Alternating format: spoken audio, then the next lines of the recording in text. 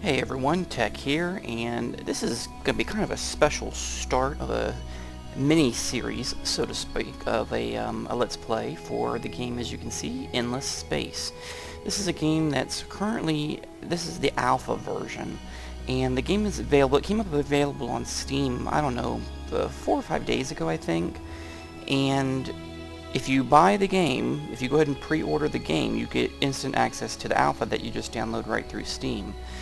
And it was fairly inexpensive. I think I only paid, they have two versions, like a normal version and a deluxe version, sorta, and the deluxe version I got it for, I think it was $23 or something, so not bad at all, plus you get to go ahead and get into the alpha.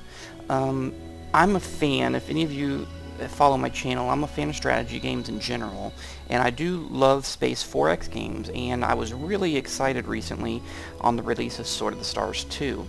However, as most of you already know, and I'll spare you the story, it was a colossal disappointment overall. Just way too many bugs, issues, gameplay changes that didn't make sense. So I've put it on a back shelf and to allow Kerberos, who does the Sword of the Stars series, let them patch it for another 6 months before I even mess with it again. However, I saw Endless Space come along, and I talked to someone who was playing it, said they were really impressed with it, that it has a lot of Master of Orion with maybe a little bit of Galactic Civilization sprinkled in as far as some of the mechanics. I went ahead and downloaded it, and I've played it a little bit, and I decided I'm going to do a little Let's Play series. You know, I don't know how far we'll go with this, because it is an alpha, but I'm going to play a Let's Play series. I've already gone into the game, I've already played, I've already kind of gone through most of the tutorial screens. And actually, let me go ahead and turn the tutorials off. So let's go ahead and get going, and keep in mind, again, I'm not hugely experienced with the game. I've played maybe about 45 minutes of it just to get through the tutorials. And also keep in mind that this, again, is an alpha version of the game, so some things may change prior to its actual release. And there's a few little things I've noticed in the game that they haven't quite tightened up yet. You know, a few little things that are a little off, but, you know, it's not that bad, to be honest. So let's go ahead and start. And as you can see, the game is just very clean. The menus are just very streamlined and fast, and it's just very, very easy to navigate. I'm just going to go ahead and stick with most of the default settings: size, small, normal difficulty, normal game speed. I'm pretty much just gonna stick with stuff like it is. That's fine. I guess in the final version of the game there's going to be like, I believe 7 or 8 different playable races. However, in the alpha right now I think there's only 5, so I think there's like, you know, I think like 3 of them they haven't unlocked in the alpha. I'm sorry. So there will be more coming. And as you can see, the feel of the music even, and the look of the graphics is just great. I mean, it just looks really good, nice and clean, easy to understand. I mean, I know like Sword of the Stars 2, for instance, and even Sword of the Stars, where it had like the 3D map, some people really liked it and some people really hated it and just felt it was obtuse for no reason. But, you know, I didn't mind that so much. But on this one, it's just so very clean. Reminds you a little bit of a more stylized Sins of a Solar Empire kind of layout. So, a few things we have here. If we look at the system, this is the system we start off in. You always start with one planet that's already colonized. So we have this one planet here that's colonized, and then we have 3 more in the same system. None of those can be colonized yet due to we don't have the research to colonize Arctic or Barren or Hell, as it appears, small lava. We'd have to research to be able to colonize those. And like I said, I'll go through most of the stuff. I'm not really doing this as a tutorial video, so I'm not going to explain every single little detail, but I will try to explain some of the stuff that I understand so far, just from my small amount of play and reading through the tutorials. And one thing you can do, first of all, is development in this game is kind of unique, where you don't actually develop on each individual planet, like say in Sword of the Stars 2. You actually develop on a system-wide basis. So when you build something, it builds it across any colonized planets within that system, which is pretty neat. Up here above you can actually see as well the resources, so to speak, for each planet on what they're going to get. The gold thing is dust, which is kind of your money component. It's also used for some special abilities in combat and things like that. The green one, I believe, is food, right? Right, so that's dust, that's food. The amount of sustenance generated in this system minus the consumption of the population. Okay, and then we have science, that's research output, so controls any of your research related items. And then we have industry, which obviously is pretty self-explanatory for building, producing, that kind of stuff. So, now one thing is when you actually click on the actual planet here that we have colonized, you get a nice little layout. It's just, I mean, like I said before, I mean, and you may not be able to tell, I'm pretty excited about this game. I mean, I love this type of a game, and I mean, just how clean everything is. I mean, it's just really impressive. I mean, just it's very clean. It does not look really rough around the edges. It doesn't look, you know, just, you know, too much in your face. It's just really well done. Okay, now see, we have different exploitations. You can only do one exploitation on each planet that you have colonized. And they're all different. They're each tied to the different, you know, I guess what's the outputs or whatever. So like this first one, it adds, you know, +1 food output per person. Let's see, and this is for... Well, that's for the industry. This one is for the money, dust, and then this one is for the science stuff. So, our food and dust are really good actually already at 9, if I'm reading all this correctly. Our weakest is industry, and I want to get industry up because it adds increased time to anything we try to make. I believe that even includes ships, I think. So I'm going to go ahead and do the industry one, which will give us a boost to our industry. Now, one thing is, on each planet too, you'll get these, what's called an anomaly. And the anomalies are usually penalties. And in order for you to take care of the penalty, you have to get the anomaly reduction here, which is soil revivification. But the mineral poor, it's a -1 to industry, -1 to dust on the planet. For each person, each population there, which we have 3. So we're getting a -3 to each one of those, I believe, is how that works. Well, it just says -1 there. -1, okay. So I'm going to go ahead and select this one, and that takes 8 turns. So we'll go with that. We'll close that. Over here are some notifications. These are heroes that are available. The heroes, what they are is they're characters that you can hire, and we're not going to mess with that right this second because I can't afford it because I have no money. But I'll go ahead and show it to you real quick. These are the heroes that are available to hire, and what you do is you hire them, and then you put them as like the general of a fleet of ships, or you assign them kind of to be the governor of a system. And based on their stats and things that they can do, they help improve and give you bonuses in various ways. So, for instance, this guy here, if we inspect him, he is a good administrator, so he's good for production, but he's also a pilot, so he's kind of an in-betweener. He can kind of go either way. And so he would be good, you know, to, say, put in charge of our home system. And it gives you the effects here, so he gives you a +10% on food and a +10% on production. So, you know, that's pretty decent. Then we have this guy here, who is a commander and administrator.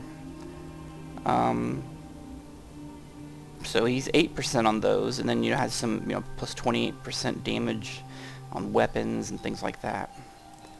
And then let's look at this last guy real quick. This guy is an adventurer and corporate. Great for science, dust, luxury, and strategic resources production. Useful mostly as a governor in star systems. So he would be good in the system, and we get plus 8% bonuses. So that's kind of how that works. We don't have any active ones right now, so we don't have to worry about that right this second. A couple other things. We have our research. We don't have a research assigned. Okay, this is our empire management, which should be somewhat familiar if you've played other 4X games. Just it's kind of an overview of your empire, so to speak. So we have our dust here, how much money we have, which we have 0. In the brackets here, it's showing if you're pushing to a plus or minus projected for the next turn. This is turn-based, by the way. So it's saying that on the next turn we'll have +7. Your approval rating is how everybody thinks you're doing. Your tax rate, which you can slide back and forth. This shows your empire-wide bonus factors. So we're getting a +50 from our tax rate and some other various things here. And then down here it shows the star systems that we have, so it's going to put them in a list going down here. So right here it's showing our home system, you know, population 3 is 6, people are content. We don't have a hero, so we need to get a hero eventually to assign as governor. Shows you your statistical layouts for the 4 different items.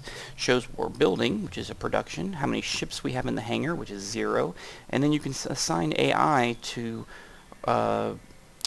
take care of things if you don't want to deal with them, as far as managing the system and things like that.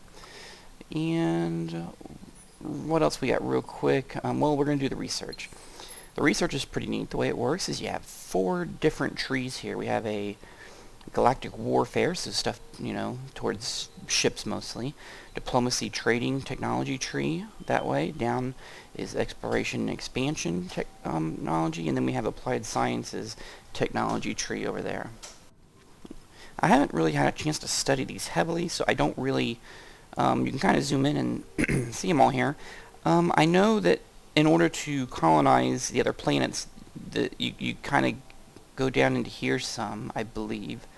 So like there's for colonizing tundra, that's colonizing arid, colonize desert. So that's some of those. Let's see, we start out over here.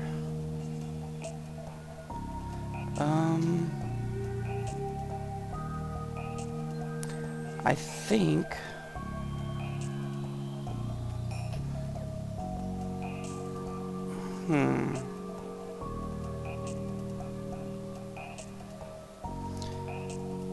let's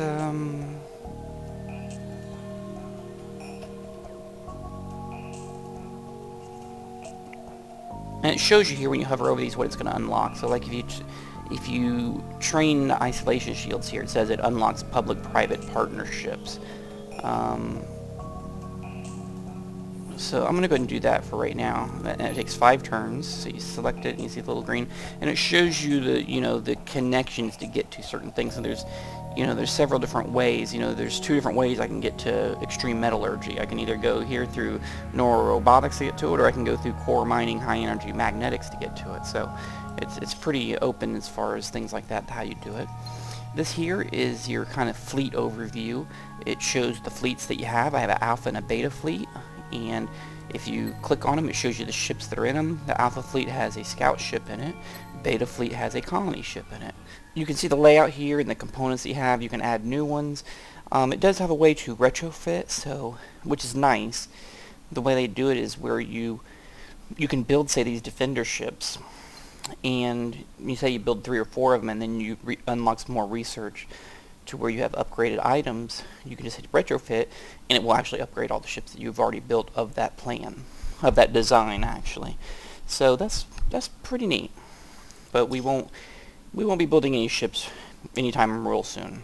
So let's go ahead and get moving here, and we have, okay, so if you just select this ship icon here, then it shows you the fleets that are there. The alpha fleet is the one with the scout, and we want a scout. So we have 2 ways to go. We can go towards the red supergiant or the blue sun. Among the hottest and brightest of all stars. Very large stars in terms of volume. That's a little, see, like there's the wording's off a little bit. Very large stars in terms of volume, though not mass. And okay, so let's go this way. And this is one thing that's kind of weird, and I'll show you. Well, first of all, you can see the ship here, and you see this circle around it. That's kind of your scan range. So if there's any, other races or, whoever, you would see them if they were within that range.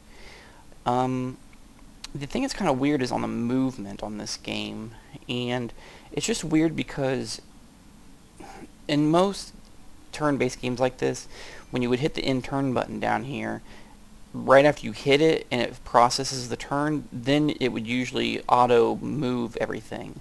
In this game it doesn't auto move, and I'll show you what I mean right here. I'll go ahead and end turn.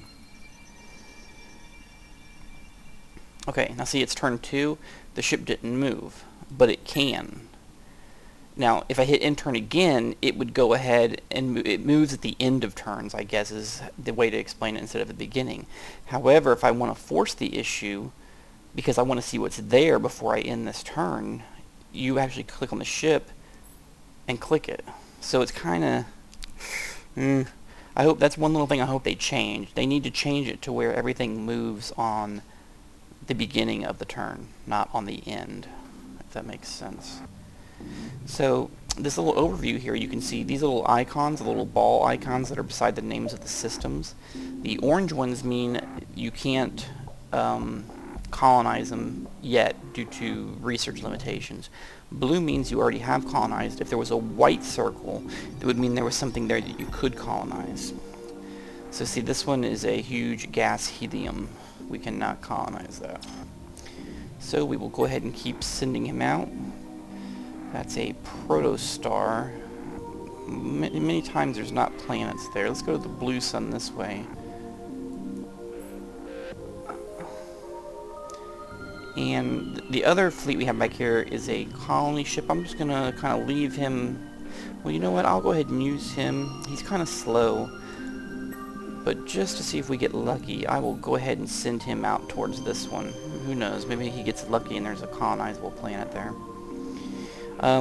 We don't have enough money really yet to either hire heroes or build ships, so we will just keep moving through a few turns, try to map out a little bit of space here, do a couple researches, and after I get a few more planets uncovered, a few more systems uncovered, see, it's kind of annoying because then I get in that bad habit here of every turn I move everything manually instead of it just moving by itself.